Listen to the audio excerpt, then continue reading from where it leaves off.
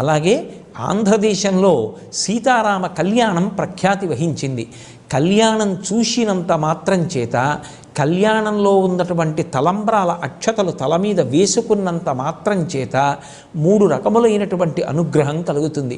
యజ్ఞం చెయ్యాలనేటటువంటి బుద్ధి కలిగి ఆ యజ్ఞం చేసినటువంటి కారణం చేత దేవతల యొక్క అనుగ్రహాన్ని పొంది, తానే కాకుండా తాను తన చుట్టుపక్కల ఉన్నవారు సమాజము అంతా కూడా కళ్యాణం చూసినంత మాత్రం చేత, కళ్యాణంలో ఉన్నటువంటి తలంబ్రాల అక్షతలు తల మీద వేసుకున్నంత మాత్రం చేత 3 రకములైనటువంటి అనుగ్రహం కలుగుతుంది.